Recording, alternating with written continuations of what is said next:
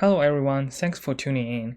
If you've played Game Boy Advance non-SP version before, you've probably remember its non-backlit screen design. It's critical to find the right angle to watch the screen while playing it. The design also makes it impossible to play in the dark, unless you have a flashlight. As a result, in recent years, there have been a lot of backlight mods introduced to improve the image quality and overall usability. However, instead of upgrading it, would it be possible to downgrade it? Like downgrade to the monochrome non-backlight LCD like those on the original DMG Game Boy? In today's episode, I'm going to try such a mod. The first task is to find screens with matching sizes and resolutions. Surprisingly, such screens do exist. With some modifications done to the case, the screen fits into the case nicely. Next, onto building the circuit. Apparently, these screens uses different protocols, so directly hooking up the signal won't work. I need some chips to convert between them. Normally, a low-power FPGA would be the best choice here. However, when I was building the project earlier this year, all variants of ICE40 Max 10 or Spartan 6-7 FPGAs are out of stock. As a result, I decided to give RP2040 another go.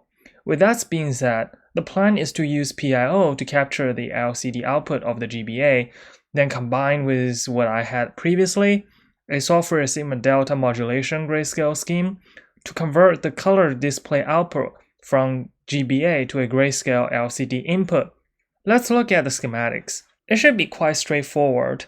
The Game Boy Advance LCD input connector contains a power supply to power the whole board, and the video signal that goes directly into RP2040. On the other end, RP2040's video output goes directly into the mono LCD. The LCD I'm using here doesn't have an integrated power supply, so I'm using a step-up DC-DC converter here to generate the required LCD driving supply. You'll probably remember from Game Boy or similar devices that these screens typically need a dedicated contrast knob. That's essentially adjusting this voltage. I don't want to mod the case to add an additional knob, so I added 4 solder pads to allow connecting GBA's buttons to the microcontroller and let the microcontroller generate a PWM signal, getting RC filter to a DC value, then feeding into the DC-DC converter as part of the feedback voltage. The LCD also needs several bias voltages. Improper bias voltage could lead to poor contrast and increased crosstalk. I'm using a resistor voltage divider to generate the required voltages, then a basic ML324 op-amp to buffer the voltage. This is about the main components. Import that into the KiCad PCB editor, place, route, and run DRC. And we are ready to send that to the PCB manufacturer. Then comes to the soldering. Soldering everything, and I'm ready to test it. The first is to write a simple program to just enable the screen power supply and check if DC-DC works, if I can control the voltage over the PWM. This looks good. Then I can write a program to drive the screen with some static images to test the video output path. I'm reusing the code from my previous video. This also looks good. The next task is to capture the video input from GBA. The PIO code is quite simple. Wait for the rising edge of vertical sync, then wait for the rising edge of the pixel clock, and then pull the input.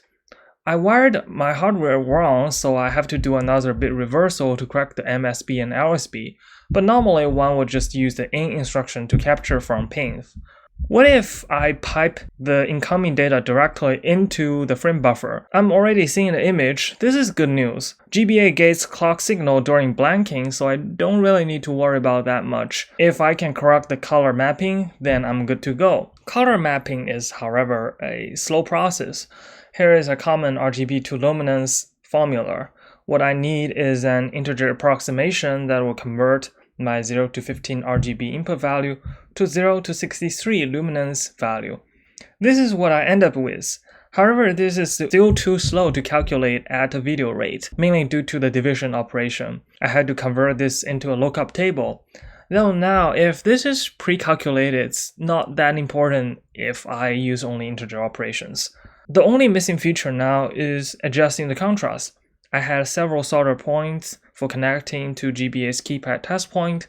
Once they are connected, simply add code to read the button values and adjust the PWM duty cycle. So this is now finished. Let's take a look.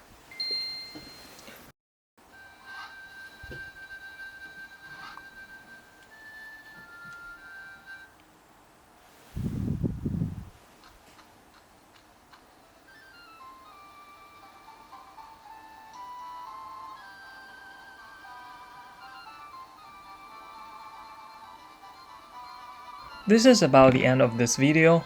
Hope you like it and thanks for watching.